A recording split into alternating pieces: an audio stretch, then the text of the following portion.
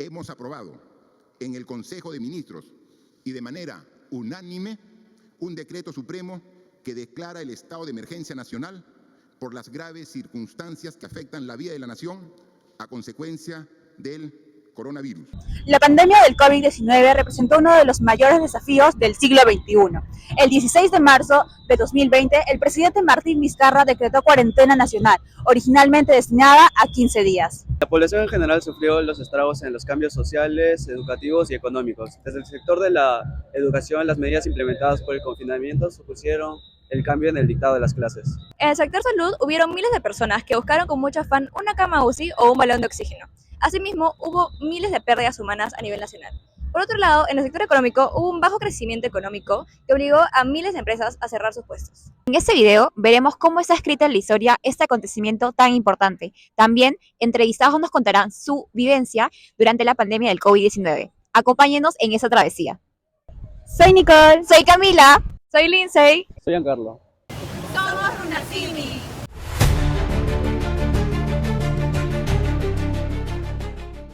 Las medidas de aislamiento obligatorios implementadas el 16 de marzo de 2020 generaron la paralización de las actividades económicas en el país.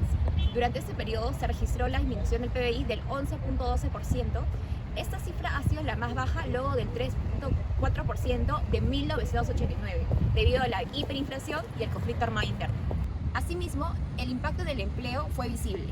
Durante el segundo semestre de 2020 se registró una pérdida de 6 millones de empleos, sin considerar que de cada 100 peruanos, 73 presentan un trabajo informal y solamente 27 son formales.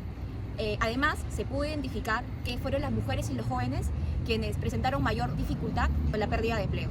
Con respecto a las exportaciones e importaciones, también sufrieron una disminución del 25.8 y 34.7 respectivamente, debido a la poca demanda internacional, los bajos precios y la poca producción. Además de los impactos generales ya mencionados, es importante resaltar cómo la pandemia profundizó con los problemas estructurales de la economía peruana, especialmente en el ámbito laboral. La crisis sanitaria no solo significó la pérdida de empleo, sino también un grave deterioro de la calidad del trabajo. Y esto afectó a las personas de sectores más vulnerables. Según la Organización Internacional del Trabajo, durante el primer año de pandemia, la tasa de informalidad laboral en el Perú alcanzó los 74,3%. Esto evidenció que los trabajadores no contaban con derechos laborales ni protección social. Ante la falta de pocos empleos formales, miles de peruanos, en su mayoría jóvenes, mujeres y personas con poca formación, se vieron obligados a buscar alternativas de subsistencia, principalmente en actividades informales o de autoempleo, muchas veces precarias y con ingresos muy bajos. Esta situación afectó la capacidad de las familias para enfrentar las crisis y evidenció la fragilidad estructural de un mercado laboral peruano.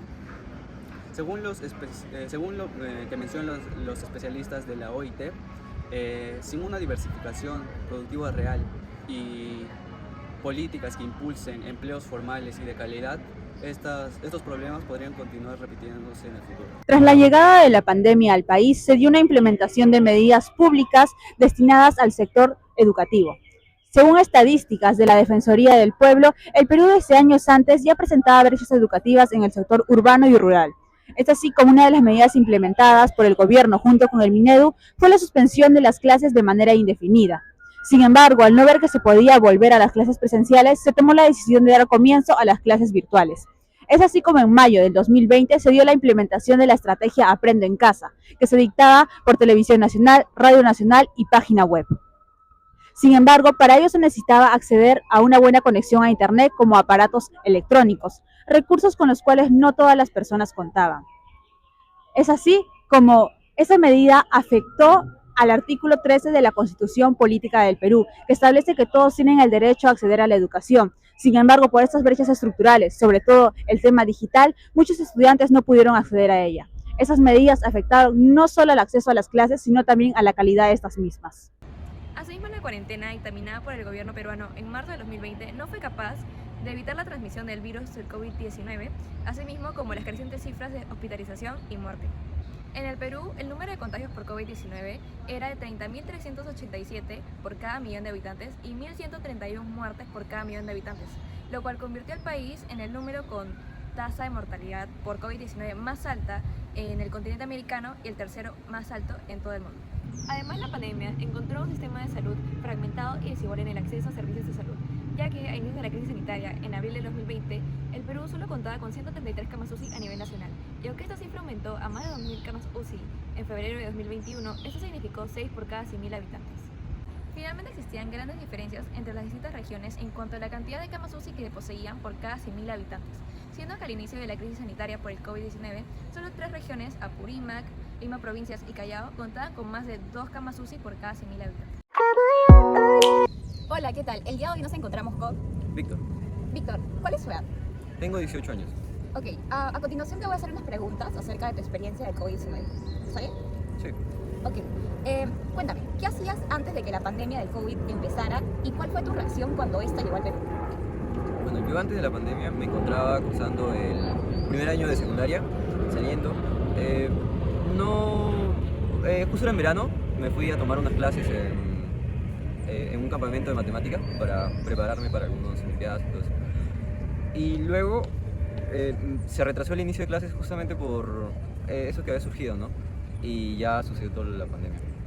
Ok, y frente a esta pandemia, tú sabes que se realizaron muchas implementaciones para salvaguardar las vidas, pues, ¿no? ¿Cuál fue la implementación de las clases virtuales en tu colegio? ¿Cómo funcionó eso? Ya, primero, bueno, las clases fueron por WhatsApp hasta que se descubrió lo del Zoom y ya lo usaron. Eran en las mañanas, las 6 horas de clases que eran, duraban las clases y aparte dejaban tareas, usábamos Google Class, creo que era, no me acuerdo cómo se llama, pero era para subir las actividades y todo, tipo un Paideia de acá, pero más simple. Y ya, solo era eso, solo usábamos Zoom y WhatsApp a veces y ese Classroom que le digo. Ok, y respecto a la convivencia familiar, bueno, en casa, ¿cuál fue el impacto que tuvo la pandemia en tu convivencia familiar?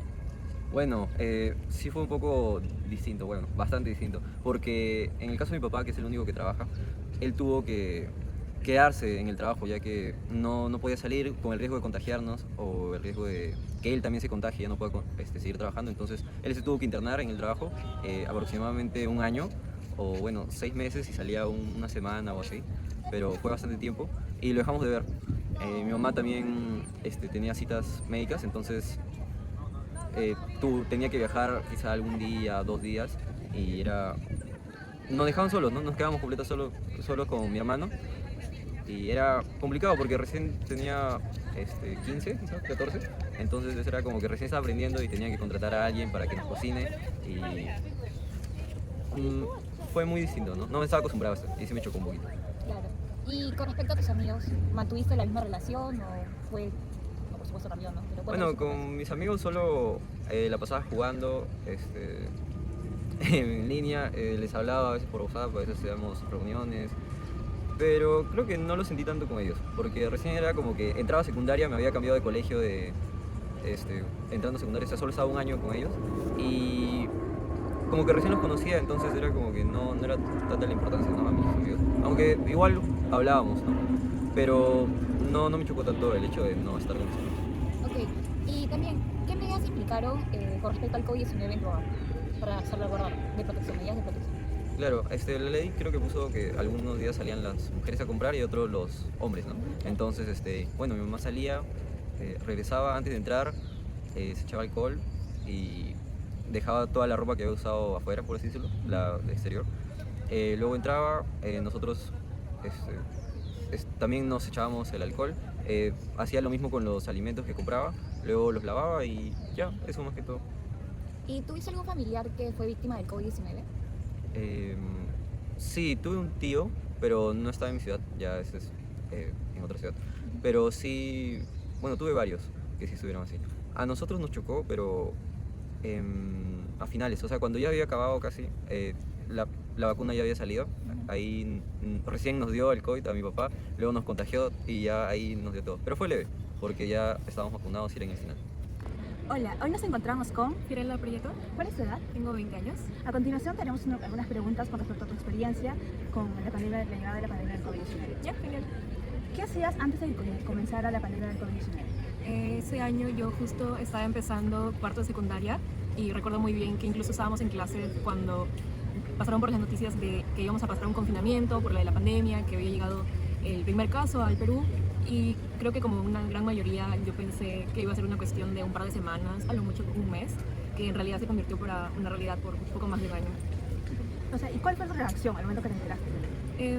Fue mi lado de estudiante de secundaria estuvo alegre porque íbamos a tener un tipo de vacaciones, pero no contemplaba ni tampoco nos imaginábamos la magnitud ni la gravedad de lo que iba a pasar. ¿Y cómo fue la implementación de las clases virtuales en tu centro educativo? Mi colegio sí era muy innovador en la cuestión que ya tenía la tecnología implementada, no obstante no contábamos con las herramientas del Zoom, ni del Meet, ni del Classroom, que si bien le tomó al colegio como unas 2 semanas en capacitar a los profesores, dar los nuevos accesos, los correos, incluso crear una especie de Zoom corporativo para que todos puedan tener acceso porque éramos muchos en el salón. Después de esas 2 semanas todo fluyó con mucha normalidad. ¿Y cómo impactó la pandemia del COVID-19 en la convivencia familiar? Creo que impactó de manera negativa, ya que los problemas de convivencia se exacerbaron mucho por una cuestión de que no estábamos tan acostumbrados a convivir 24/7 en el mismo techo, porque antes cada uno tenía sus actividades, yo en el colegio, mi hermana también, en los talleres, en deporte, y la pandemia nos obligó a estar encerrados en 4 paredes todo el tiempo. ¿Y sigues manteniendo una interacción con tus amigos o cómo lo hacías? Con mis amigos sí manteníamos la comunicación mucho por WhatsApp, Instagram, y cuando nos aburríamos, como ya no teníamos la hora de recreo ni podíamos salir a juntarnos o a pasear, jugábamos mucho en los juegos en línea, en videollamada, y así era como pasábamos nuestro tiempo libre. Y cuéntame, ¿cómo afectó la pandemia en el trabajo de tus padres?